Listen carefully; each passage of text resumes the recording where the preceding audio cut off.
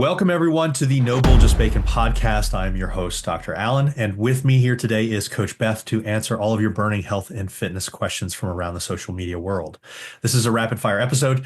We have a ton of great topics to cover, so let's get rolling. First one comes from our Mighty Networks community. We are covering eating close to bedtime. Does eating late meals lead to more body fat gain? This is a common myth that has been thrown around for many, many decades. For some reason, it's one that we still deal with all the time. Research is pretty clear about this. When you equate total daily calories and macros, so if protein and total calories are equated, there doesn't appear to be a difference in fat loss regardless of when a person eats. This is pretty straightforward. You can essentially eat whenever you want to eat. However, there is a bit of a catch here.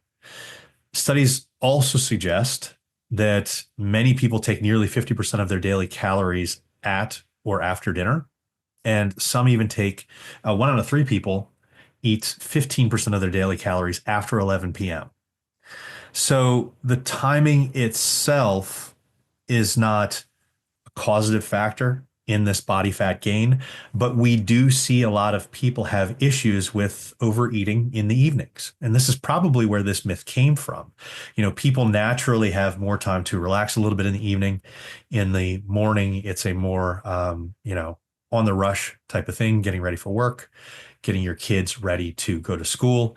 And you don't tend to overeat. You don't have the time to sit there and essentially just gorge yourself on food. Whereas in the evenings, people tend to have more of that free time. And so eating in the evenings is probably associated with having more body fat, but that's just because we take in so many calories during this time period. Moving on to the next question. Can you eat too much protein? This is a good one that caused a bit of a stir in our Facebook group over the past week. There were a lot of arguments back and forth about whether high protein intakes can cause damage to things like the kidneys, the liver, bone health.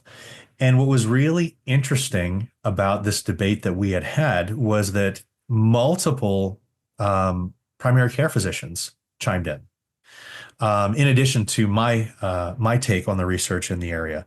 And the primary care physicians seemed completely split on this topic as well.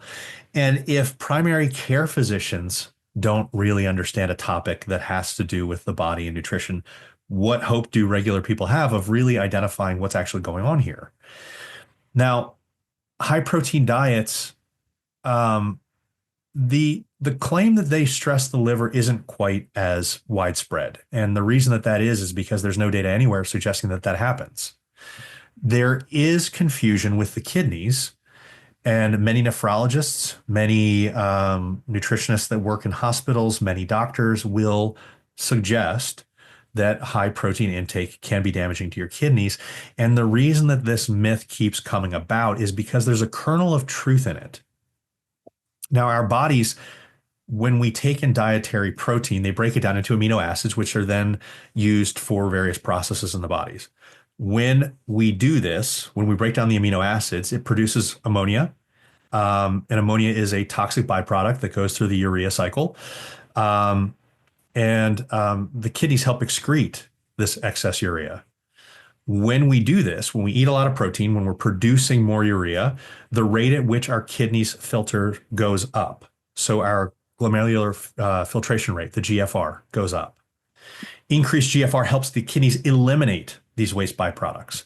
Now, this can be confusing for people, and doctors included, because an increased GFR in conjunction with some other problems can be indicative of kidney stress. The thing is, GFR increase alone is not indicative of kidney stress. It is a natural process that happens when you eat more protein. When you eat protein, the body handles it. It gets rid of excess waste. It gets rid of excess urea. And it causes these spikes. And unfortunately, people have taken data from animals and in people receiving IV amino acid transfusions who had pre-existing kidney damage. And they said, okay, well, when the GFR went up in these examples, we see kidney damage. The issue is that doesn't suggest problems in people that have fully functioning kidneys. And when you look at data in people with, healthy kidneys, no history of kidney failure, kidney damage, even high protein intakes, very high protein intakes for as long as 2 years show no negative effect on the kidneys themselves. And so we have this issue where we have GFR being raised, which can throw up a red flag for a doctor. You might see blood urea nitrogen content, the BUN, the BUN value, um, go up modestly. That just means your body is filtering more protein. These two things that can signify kidney damage when we don't have a reason for them to be raised, such as a high protein diet, really scares a lot of doctors. Now, independently, these are not associated with kidney damage. So this is where we're getting that, oh, well, as a doctor, we're seeing these blood values that we're supposed to be watching raise, and we're not used to working with populations in general that eat high protein diets. I mean, the average person is probably eating far less than what they should be eating. And then these things happen and they get scared. And so they will tell you, hey, we need to start running a bunch of tests. We need to start, really looking into this because despite the fact that we have a lot of data disproving these as causative for problems, there's litigation that they have to worry about. There are, concerns with what if I get this wrong? And so really looking into this is something that is probably smart on their part. But if there's no other, complicating factors in play, it's not something that I would really worry about. In fact, even with people with kidney disease, low protein diets have been shown in some research to actually hamper survival rates. And this is even ignoring some of the facts that, things like weight training can prevent some of the concerns like issues with bone mineral density, but there's still data in elderly populations with low calories that are not taking in enough protein. And, even if you up their protein significantly, we don't really see issues with bone mineral density. So even in the cases that would be most prone, high protein intakes probably aren't as bad as a lot of people are leading you to believe. And in most cases, higher protein intakes are probably healthier than not.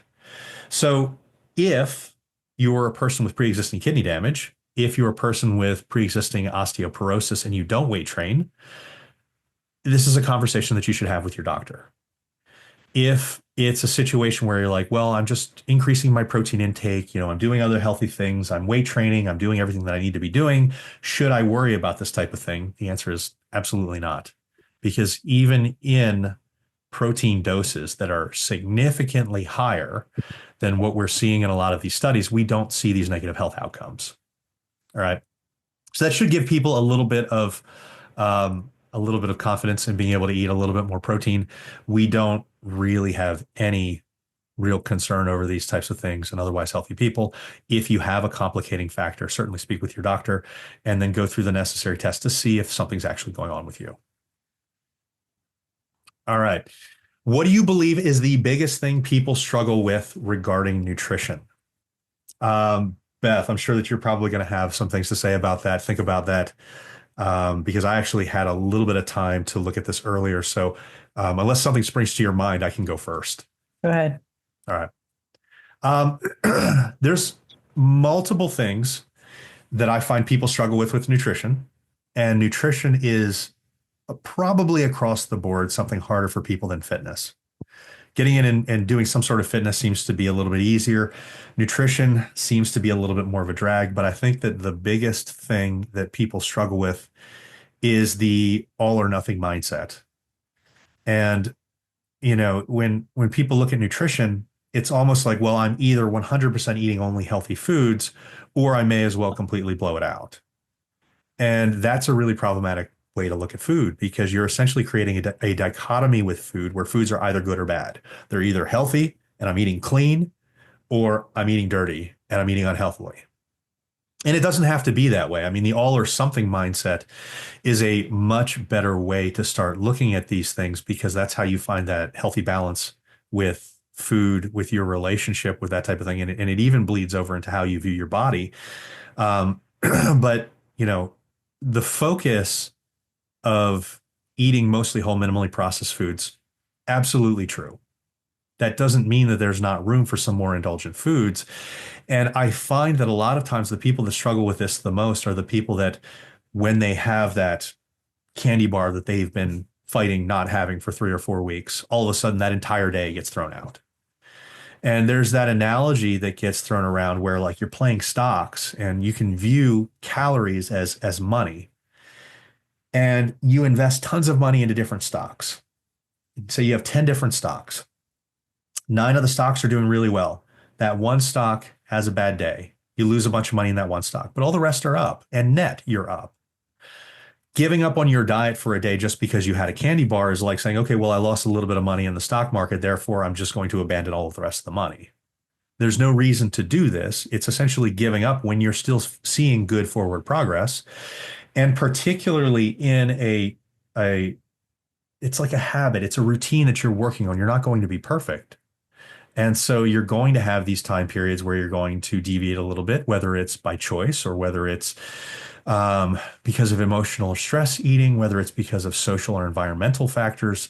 It happens, but realizing that it happens and realizing that you can learn something from it rather than viewing it as you're a failure is a really important thing. And so I think that this all or nothing mindset becomes really limiting because it doesn't give any room for some of these foods that we have during social experiences, that we have during celebrations, that we have just because, and believing that, there's only good and only bad foods, and that there's no in between, or there's no appropriate situation for a little bit more, or a little bit less of one of those, is what really hampers a lot of people.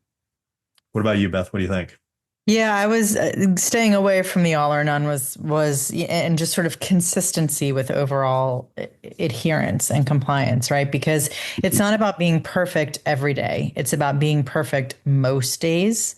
And so I think that when people, and this feeds into the all or none, when people are, have one day where they have like gone out for dinner or something, then they just like instead of just one meal, it turns into an entire day, which just that can undo your progress. Or a weekend in most places. Yeah, like And it's like, like a lot of people will do that where they just, what they start on like a Saturday, they might have breakfast on plan, and then as the day goes and they get closer to dinner, which they know that they're going to have a dinner out with friends, and they'll say, well, I might as well just like eat whatever for lunch because dinner is going to be a wash anyway too, so why not? Whereas you should be doing what you normally do every single day leading up to that dinner, that meal, that one dinner should be it. That should be on your radar, on your plan. You know that you're going to be going out for dinner. It's planned. There should be no negative emotions around that. That is just a dinner out with friends. Like you and I are going out to dinner with a friend tomorrow night. I'm going to eat my face off in sushi and be done with it. It's one meal out of the course of my entire week. That doesn't mean all of tomorrow is going to be a wash. It means all of my meals up until that dinner out are going to be compliant. So consistency is far more important than these little individual occurrences, as long as you don't let that bleed into the rest of your day and the rest of your week. But I think the biggest thing people struggle with is coming to the realization that they are going to have to make a permanent lifestyle and habit change in order to maintain their results. I think people come into these journeys expecting 3 months, I'm going to be super strict and rigid. And then when these 3 months are done, I'm going to go back to what I was doing. Not understanding that, okay, you can lose the weight that way, certainly. But you're going to be knocking on our door again in 6 months if you haven't really taken the time during our time of coaching together to learn what an appropriate meal looks like on your plate, what an appropriate serving size looks like on your plate. The whole reason that you go on a diet or, a calorie deficit is to actually learn what portion sizes and portion control looks like. Most of us are overweight because we eat too much food. We eat too many calories. So our servings are not only way too large, but what we're eating is also incorrect. We're eating highly processed, high fat, high carbohydrate, minimal fiber, minimal protein. And that's how we get to a point where we need a nutrition coach.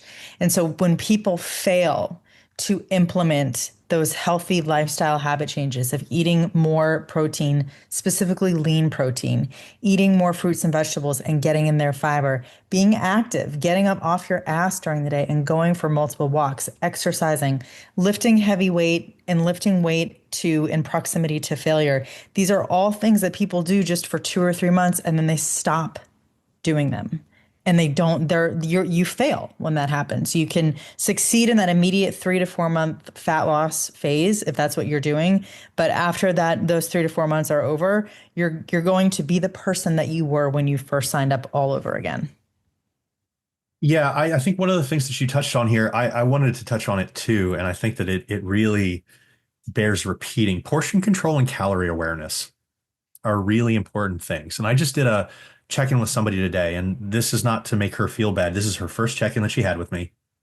I'm not going to name names, obviously, but just in case she's listening to this, don't feel like this is a bad thing. It's a good teaching experience, and this is why I brought it up when we had our 101. Portion control and calorie awareness is a very important thing. This particular client decided that she wanted to do macros. When I'm going through her logs, this person that has more knowledge on portion control and awareness is probably still making some significant mistakes that they don't even realize that they're making. And as an example, we go over in our paperwork about this topic, but when you're even tracking things, like if you're using a volume measurement for non-liquid items, you're going to have a real big problem. And this goes back to calorie awareness and portion control. You're not going to realize how off these things are. And so as an example, in her case, she was doing all of her peanut butter, Greek yogurt, all those things, flax seeds as like cups instead of actually using a weight. And when we're talking about improving calorie awareness as one of the big things, and portion control is one of the big things that people struggle on, this is one of those tips and tricks I want to put out there, because if you're like, okay, well, I'm just going to look, at peanut butter and do like a tablespoon. A tablespoon for you could be 100 calories more than a tablespoon for somebody else, easily. And if you're consistently doing this to try to teach yourself, you could teach yourself completely incorrect information about what meals look like. And then you could say, well, I don't know why I'm struggling all the time. I track my food diligently. I don't really get it. And this is where we get information. This is where we get into discussions with people online, and they will swear to God that they are tracking things the best way. And they're 220 pounds and they were on 1,300 calories and they couldn't lose weight. And therefore calories No, you're not on don't matter. 1,300 calories. You're 100% not. There's not a single person in reality that could be true for. Not unless you are like completely bedridden. Yeah. Or have like a severe hypothyroid issue or something like that.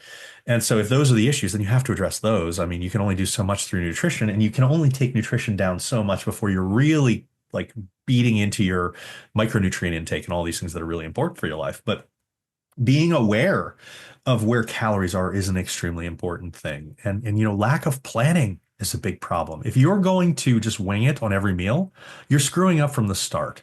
Unless you are very, very educated in nutrition, you should not be winging anything. You should plan out some days.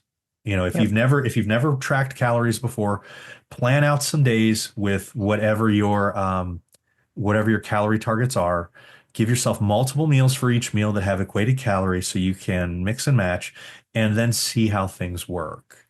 But make sure that you're very conscious of tracking accurately. And there's so many mistakes that people make. It's really unfortunate. Nearly everybody, 99% of people that have uttered the phrase "I know how to track" do not know how to track. They're not tracking right. They're not tracking right. I can guarantee that I can pull any random person's logs that they would send me and I would find errors in them. I can guarantee it because they're big errors. And they're big errors. And I mean, if you look at the studies that look at this type of thing, the average person is off by 500 calories per day. Yep. So if the average woman's resting metabolic rate in the United States is about 1,460. Obviously, that goes up a bit with activity levels. Aerobic exercise and weight training, not much. Movement through walking, quite a bit. It can be, but it could be next to nothing. I mean, I've got some people that have less than 5,000 steps per day. And so their calorie amounts are not going to be significantly higher. It's not going to be a whole lot. And so if you need to be 250 calories below maintenance or so to see, a reliable rate of weight loss. I mean, you've got very razor thin margins. And if you're off and tracking by 500 calories, that can easily put you at maintenance or above. Hmm. And so this is where people really say that they struggle. And we've talked about this on the show in the past. For obese people, the average is up to 1,000 calories per day that they're off. And that might be one of the reasons why obesity is in play. So you probably see more error in obese people because it's one of the causative factors of the obesity itself. So if you're struggling with losing weight, this is not an issue that it is like your fault for not knowing Right. this. This is something that you just need to learn. But admitting the fact that this is probably the main issue is very important. And Yeah. I think the last thing that I would point out for the original question, what do you think is the biggest thing people struggle with regarding nutrition? It's that there's so much conflicting information out there. There's conflicting information out there about how you track. There's conflicting information out there about what foods you should eat. There's conflicting information out there about, should women even be in a calorie deficit? There's so much conflicting information out there. And it's only going to get worse as social media gets bigger and bigger and bigger because you get more and more and more unqualified people putting their opinion out there. And a lot of these unqualified people are doctors. There's scant to no nutrition information in medical school. Now, I'm hearing that this is something that they're working to change, but That's why we have RDs. I don't have a huge faith in the education system to putting out the correct information about nutrition. Well, not only that, but I think doctors, like the It's whole not their point of job. medical school is not to be a nutritionist. So, Mm. like we have RDs in the medical field specifically for this reason, so that Yep. if somebody goes to a doctor and presents with an issue that would necessitate a nutritional intervention, that person should be referred to a registered dietitian. It is not that's like asking your doctor to perform brain surgery on you if they're not a neurosurgeon. Like It's like asking there's your electrician to do drywall. yeah, like it's like I don't understand why people get so pissy about doctors not knowing about nutrition or not being trained on nutrition and why can't they, consult me on nutrition? That's literally not what they're trained to do, nor should it be designed by function. I mean, imagine now doctors having to be inundated with this addition to their curriculum on top of what they're already learning in medical school. And maybe it's because I've come from a medical family. My husband is a doctor. My father is a doctor.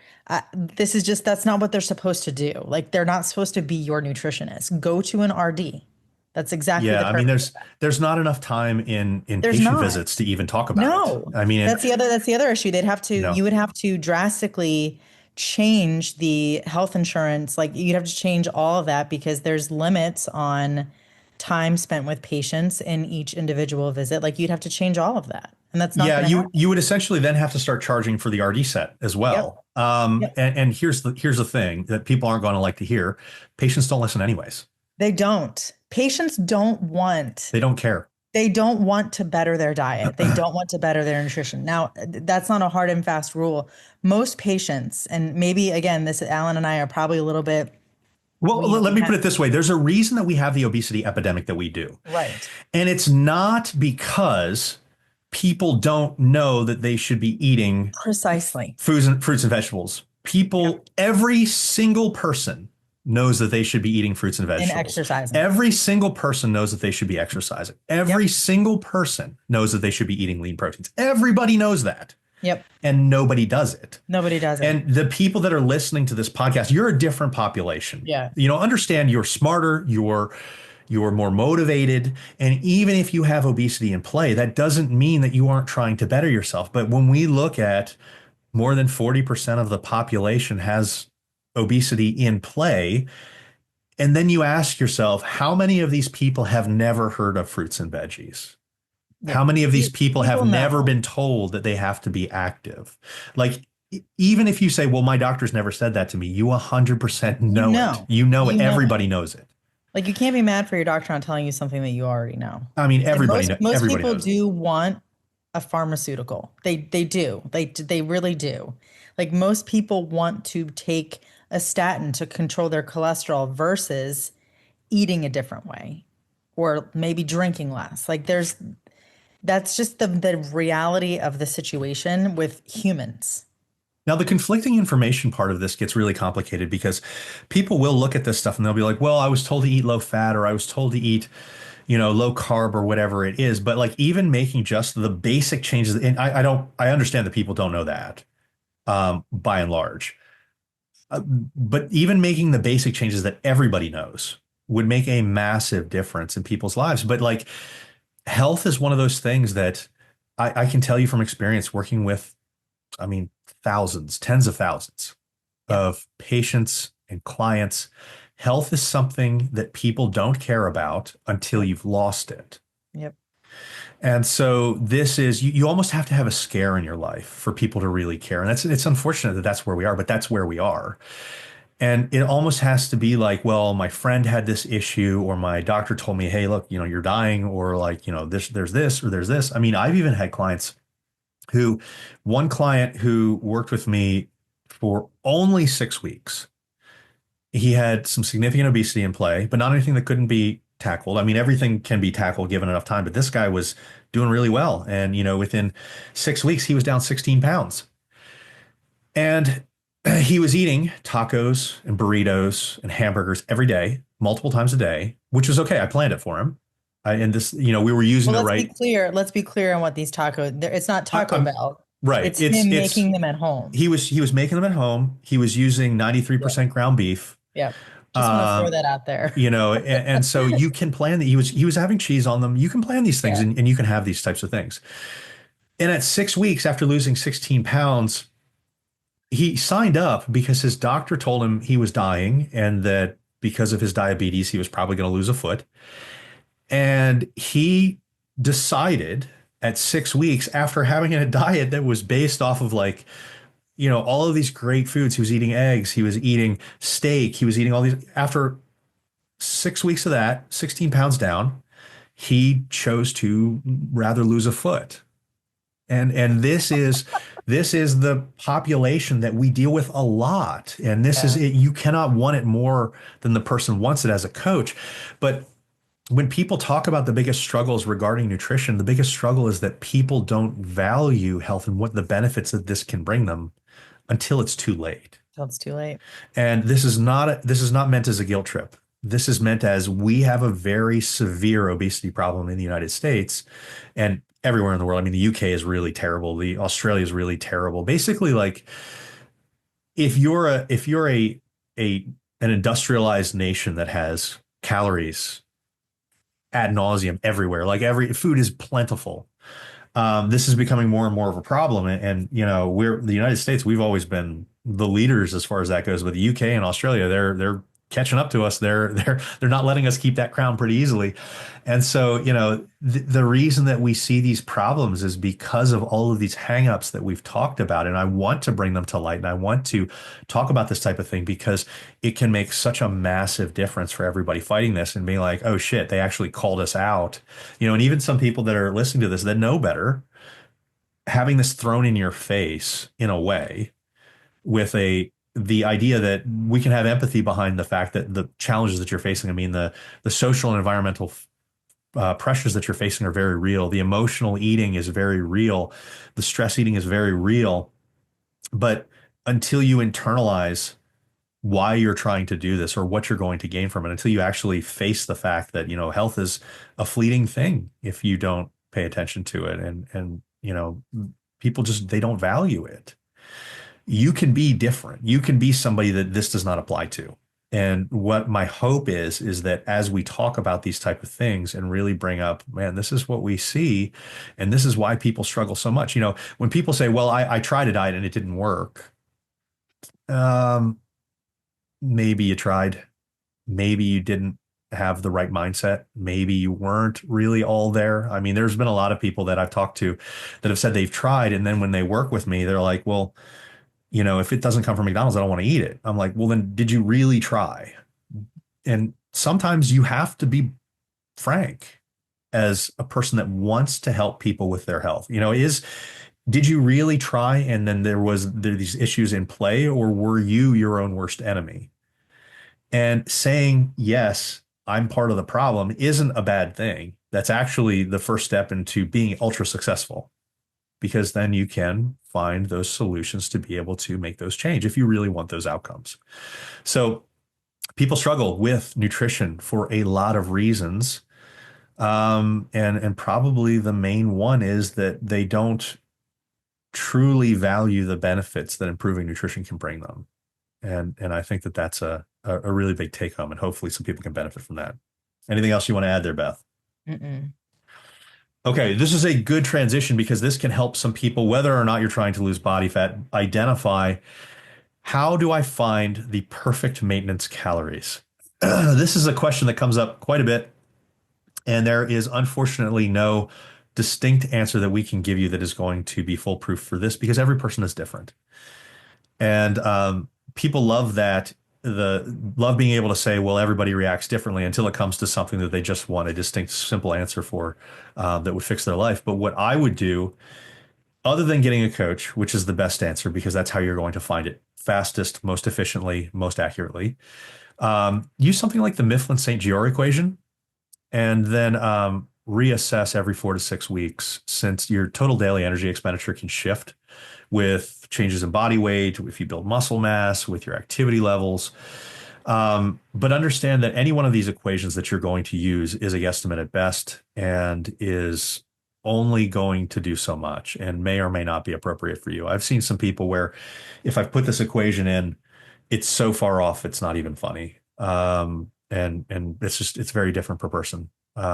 So in actuality, I don't even use equations when I program for people. I look at a person, I identify where their body composition is currently. I look at any information that they give me about their job and their activity levels, and then I make a guess. And most of the time, I'm pretty fairly on. Most of the time, I can get it pretty much the first try.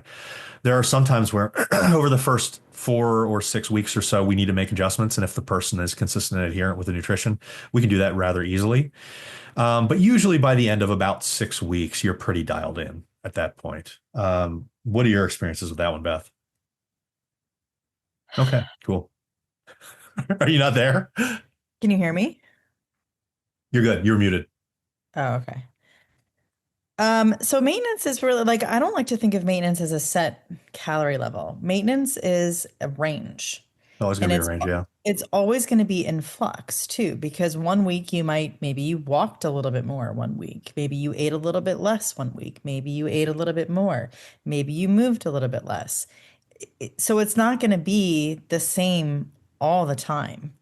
And I think people get so used to like an exact number, like 1,850 calories is my exact maintenance. It might be for a couple days, but then a couple days later, it might be something different. I think people need to understand that this maintenance is a spectrum. It's a range. It's always going to be moving. So if your intent is to be in maintenance and you see your weight going up, that means you're no longer at maintenance. That means that you're overeating calories or you're not moving enough. If your weight starts to go down, you're in a caloric deficit. You're no longer in maintenance. So you need to adjust based on what is happening with your measurements, with the scale, with how your clothes are fitting. So you could, if you ate the same number of calories all the time, just keep in mind that that calorie amount that you're eating might be a surplus at one point in time. It could be a deficit at another point in time. It's a range. And please don't make changes every week. Yeah. It is not enough time to be able to identify trends. You're not going to know whether something's working within a week or not, unless you are so dramatically underfueled or you've gained like 10 pounds in a week. There's no way for you to know really what's going on there. And even the 10 pounds in a week, like if you've been chronically trying to diet for really long periods of time and you take yourself to maintenance, you could gain 10 pounds in a week. Most of it's going to be water weight and muscle glycogen. But this is again, a coach is really the best way for you to do this because it's going to cut out all that question that you have. But I find that people, when they're doing this on their own, they make changes way too soon. Even 2 weeks is often too soon. Hmm. 4 weeks is usually a better time frame to really identify what's going on, but be conscious of what happened in the time period leading up to when you're, evaluating things, when you're taking your measurements, when you're taking your scale weight, because within 48 hours, if you've had a bunch of extra sodium, all of a sudden you're going to be up 2 or 3 pounds, and that could completely mask any changes that you made or give you the idea that you're moving in the wrong direction. So being conscious of that is a very important thing. All right. If you eat in a calorie surplus, do the macros of the surplus affect body composition? Yeah, absolutely. They absolutely affect body composition. You're going to want to hit a certain protein minimum. And that's where we always talk about either the 0.72 or the zero point 0.8 grams per pound, grams of protein daily per pound of body weight. Um, Unless you're obese, in which case you use 1 gram per centimeter of height. Um, Beyond that, there are certain differences. In a calorie surplus, things are a little bit different than in a calorie deficit. In a calorie deficit, most of this stuff kind of becomes a wash. In a calorie surplus, certain things do matter. Having more fat from polyunsaturated fatty acids leads to more lean muscle growth and less body fat gain when you're in a calorie surplus. So if you're trying to gain the most muscle and the least amount of body fat possible, it's really funny. The old bodybuilder way of doing things where like you're not eating a whole lot of saturated fat is actually the right move, because it does seem to make a difference in a calorie surplus. If you're in a calorie surplus and you want to minimize some body fat accrual, maybe going up a little bit higher in protein helps. That's literally what all of the data shows. And this can be a confusing thing for people because there are a lot of protein researchers out there that will say once you hit 0.72 grams of protein daily per pound of body weight, there's no reason to have any more. There's no reason to have any more from a maximizing muscle gain perspective. True. That doesn't mean that there aren't benefits to body composition from going higher. That doesn't mean that there aren't potential benefits to satiety from going higher. And that's kind of a weird one to say because in a calorie surplus, most people don't have issues with satiety. But I've actually had some people, really active men, I've noticed there are some men that even in calorie surpluses complain about hunger. And so maybe having some more protein there might be a beneficial thing. But yeah, macros and the food composition themselves do seem to have an effect on body composition.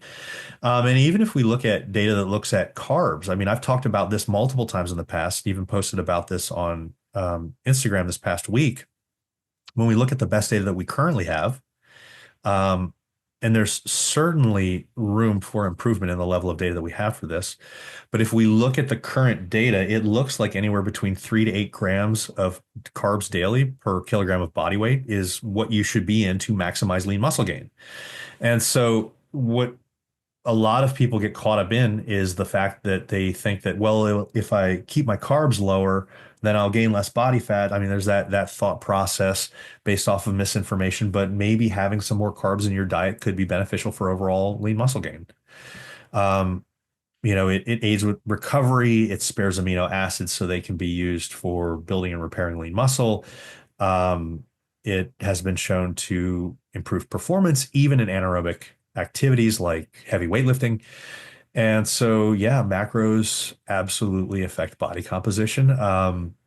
So you have to have your ducks in a line as far as that goes if you want the best outcomes for the effort that you put in. And the good news is, hey, maybe we've given you a reason to have some more carbs.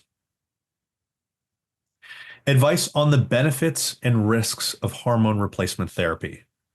I'll let Beth talk about women, but I will briefly mention men. If you need something like testosterone replacement therapy, if you have low levels that come with side effects, if you've got pathology in play, erectile dysfunction, issues building lean muscle, the high estrogen type look to how your body fat distribution is, having some hormone replacement therapy is probably a very big net benefit. When you're hypogonadal. Jumping into HRT when you're not is probably not the best idea, but the risks are minimal and quality of life is significantly better if you do have some problems for a man. Now, with men, you're working mainly off of treating symptoms, but using the numbers seems to be far more of a common thing than in women, where HRT is done almost entirely for treating symptoms. What are your thoughts on that for women, Beth? Yeah, so for women, the way that we go about this is actually quite different than how men go about it. So for women in the perimenopause, and now this is just for perimenopause and menopause. If you are not in that area, you can get blood work done to look at your hormone levels. For women that are in perimenopause and menopause, however, treatment is actually based on symptoms. It's not based on a specific estradiol reading, progesterone reading, testosterone reading. There's a really wonderful book out there called the Menopause Manifesto by Dr. Jen Gunter, and I highly recommend that anybody who is in this phase of life reads that book because she goes into very specific detail about hormone testing and how bunk it is for folks like us in this stage. And the reason for that is because literally every day our hormone levels are going to be different. So if I go today and get my blood work done, tomorrow if I go to get my blood work done, my levels could be completely different. So it's based on treatment for MHT, menopausal hormone therapy, is based on symptoms and not any specific level of hormones via a blood test. So that's the first thing, because a lot of women that I've spoken to have said, well, my estradiol came back and it was totally normal. If you're having extreme hot flashes, like all the things that you associate with perimenopause and menopause, your hormones could be completely fine, but you're still experiencing symptoms. So I want to throw that caveat out there, because if you have a doctor that is demanding that you get blood work done, you need to seek alternative care. You need another physician, because that is not standard of care for perimenopause and menopause. The second part is the hormone replacement therapy that you go on as you enter this phase of life is going to change. So if you start on a low dose estrogen and a low dose progesterone, that your needs might change as you continue to progress through menopause. So don't think that just something you start with you're going to be on until you finish menopause. You usually have to do a lot of tweaking as your symptoms begin to get worse as you continue to age, which is usually what happens. Risks and benefits. So for benefits, obviously symptom relief. So it does depend on what kinds of symptoms that you're having, but it can provide some immense relief from a lot of the really unpleasant symptoms that happen in menopause. Also, keep in mind that you can play with the levels of different things. So, if some of your symptoms are usually a result of low estrogen, tweaking that estrogen dose versus progesterone. So like sleep is a big one. I know in this phase of life, a lot of women can't sleep. Progesterone is really great for that. So some people will bump up their progesterone dose in order to deal with their lack of sleep. So it all just depends on what you're presenting with when you go into the doctor. Another caveat, if you have a uterus still, you need to be on both an estrogen and a progestogen. If you take estrogen alone in isolation while you still have a uterus, you can get cancer. So that is a huge thing. I will tell you that I have had friends who, I hate to call out Health Canada, but they are Canadian, and their physicians were prescribing estrogen in isolation without progesterone, and they still had a uterus. So please be aware of this, that you need to be on a progesterone if you are taking estrogen, if you have not had a hysterectomy. That is a huge issue.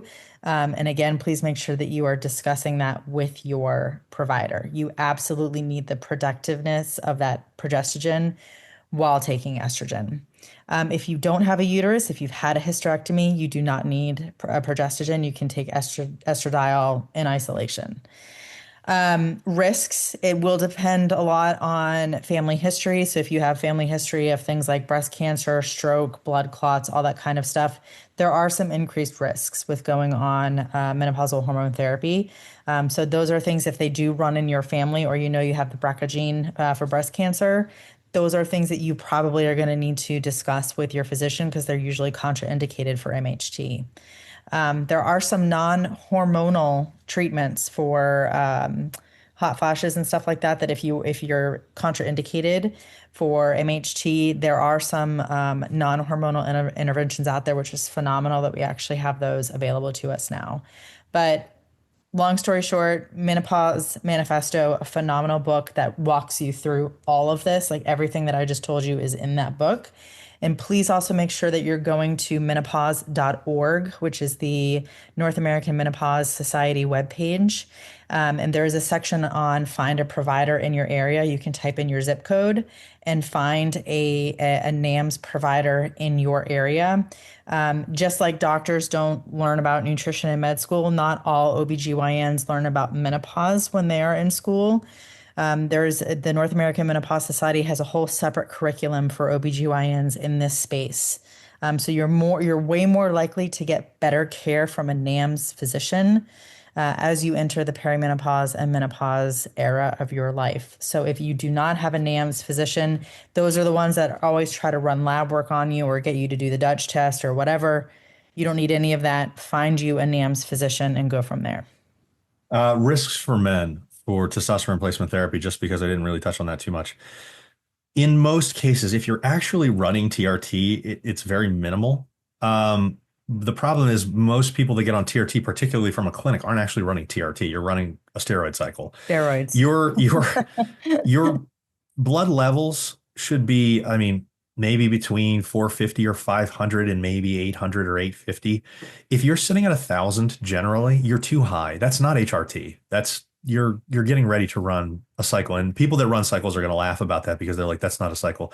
But like even the United States government with like things out of the VA, if you're 1050 or more regularly, the recommendation is to discontinue use because it's too much. I mean, there's no reason for you to be above what standard teenagers going through, you know, changing into adulthood should be. Like you don't need to be that at 60. Like that's not HRT. That is an excuse to run something. So the reason that we start to worry about this a little bit is one, you don't really need it, but two, blood lipids can become problematic. Sperm quality can become problematic. That may or may not be a plus for some people, but high estrogen conversion can become problematic. And then when estrogen conversion becomes problematic, you take something like Arimidex or an anastrozole to squash that conversion. And, the more dramatic that becomes, that can cause some issues. So, when you do this, get within a range. It's essentially one of those, take a moderate range that relieves symptoms, and you don't need to chase the highest possible thing that you can take because there are potential side effects and potential downstream effects on top of, increasing hematocrit, which can lead to cardiovascular events. When you're taking TRT for men, as is intended, the CVD risks are minimal. And in fact, in some cases, it can improve CVD health. But cardiovascular disease risks increase exponentially when you are going too high, too often, too long. One thing I did forget to mention, testosterone for women, it's actually not indicated at all until post menopause, and it is for low libido. So that is another kind of area, another gray area for a lot of women. There's a big push online for testosterone for women, and it's actually not indicated at all, even for low libido in perimenopause. It is only recommended for low libido in post-menopausal women only. And again, the reason for this, a lot of the testing for testosterone for women is inaccurate at best. There's really no accurate way for women to get a handle on their testosterone levels. And again, that's all in the Menopause Manifesto. So just wanted to throw that out there. We also don't really see any reliable benefits in the research anyways for the things that people are recommending it for online. Like we don't see there's no evidence for fat loss. Yep. There is sparse evidence for lean muscle gain, but it's not looking great. Now there are some studies currently in process that will probably give us some more information, and I could change my recommendation on this when those come out.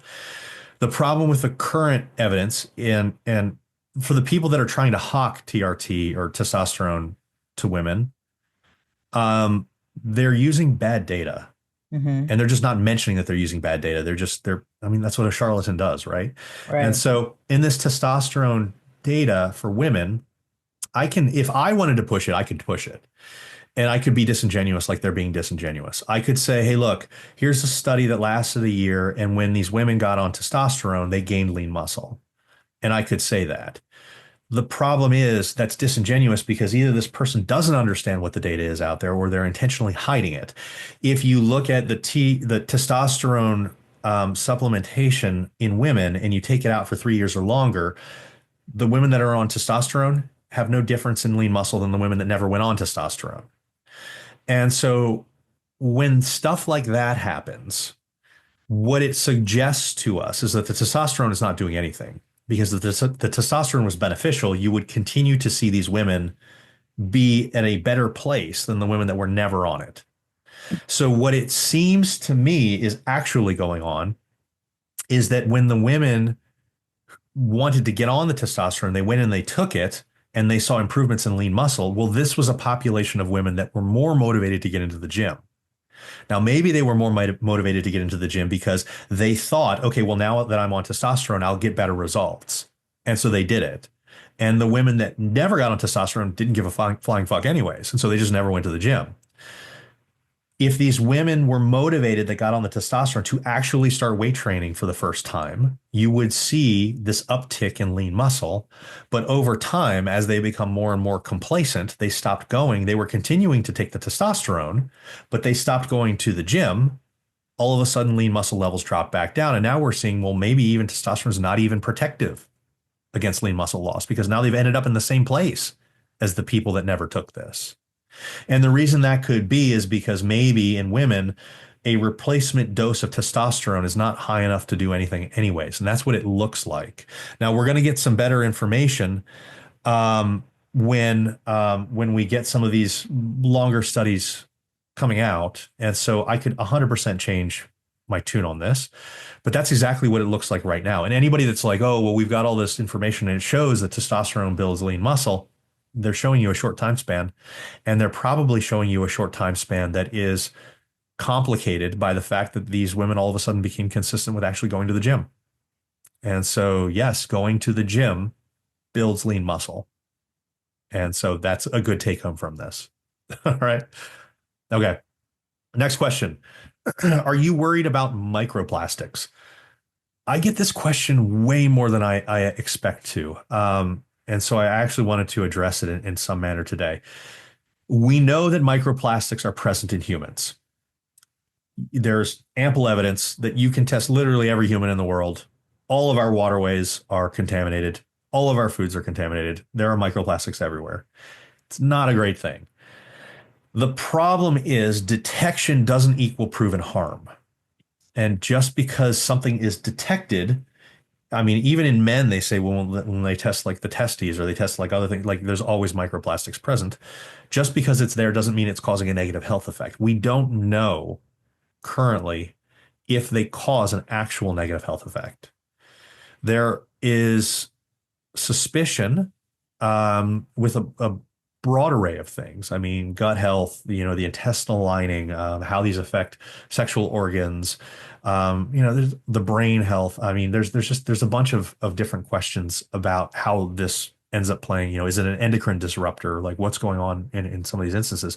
We don't know. Nobody knows. And anybody that says, okay, well, these plastics are 100% bad for you is lying just as much as anybody that says these aren't bad for you at all.